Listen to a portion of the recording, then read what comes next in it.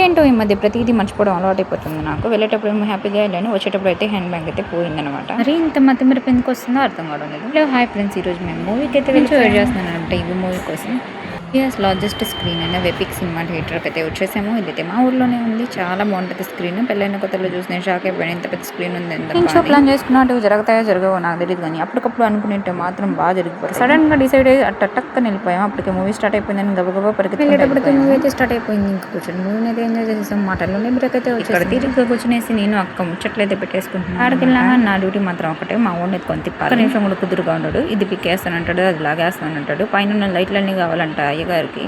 మేము వీళ్ళని ఇక్కడ నుంచి వీడియో తీస్తుంటే వాళ్ళు మమ్మల్ని అక్కడ నుంచి వీడియో తీస్తున్నారు. ఏ మాటకి ఆ మాట చెప్పాలి. ఇక్కడ పాప్కార్న్ అయితే చాలా బాగుంటుంది. ఇక్కడ తప్ప నాకు ఇంకెక్కడ నచ్చదు. ఇక్కడ ఇంట్రెస్ట్ గా మాట్లాడుకుందాం, నెక్స్ట్ ఏం తిందాము అని. ఆ లోపల ఆయన మూవీ అయితే అయిపోతుంది. వీళ్ళు ఇక్కడ పంచుకొని తాగుతున్నారని. ఇది నేను ఆయన పంచుకునే కార్యక్రమంలో బిజీగా ఉన్నాడని నేను బాబుని ఎత్తుకుని అటా ఇట తిప్పి ఆయన పాపం అవన్నీ మూవీలో కష్టపడుతున్నాడని మా బాబుని ఎత్తి మా ఆయన చేతి కోక్స్ నేను ఎత్తుకుంటున్నాను. బరువు మూలే పెట్టి అని. రెండు నేనే తాగేస్తాను అనుకోబాకండి. ఒకటి మా ఆయనకి, ఒకటి విషయం చెప్పడమో మర్చిపోయాను. మూవీ అయితే చాలా బాగుంది. స్పెషల్లీ హౌస్ వైఫ్స్ కనుక ఈ మూవీ చూసినట్టయితే మనల్ని మనమే చూసుకున్నట్టు ఉంటుంది. ఏమో అయిపోయినా కానీ ఎవరికి ఎలబుద్ధి కావడం లేదేమో. అందరూ నిలబడుకొని అలాగే చూస్తున్నారు. ఇంకొంచెం ఉంటే బాగుంది అనిపిస్తుంది నాకు. కొత్తగా ఈ టైంలోనే నేను హ్యాండ్ బ్యాగ్ బెంచ్ మీద పెట్టి మర్చిపోయి బయటకు వెళ్ళిపోయాను. కొంచెంగానే గుర్తొచ్చింది బ్యాగ్ లేదని చెప్పి పరిగెత్తుకుంటే లోపలికి వెళ్ళి చూసేటప్పటికి బ్యాగ్ ఎవరు ఎత్తేసారు.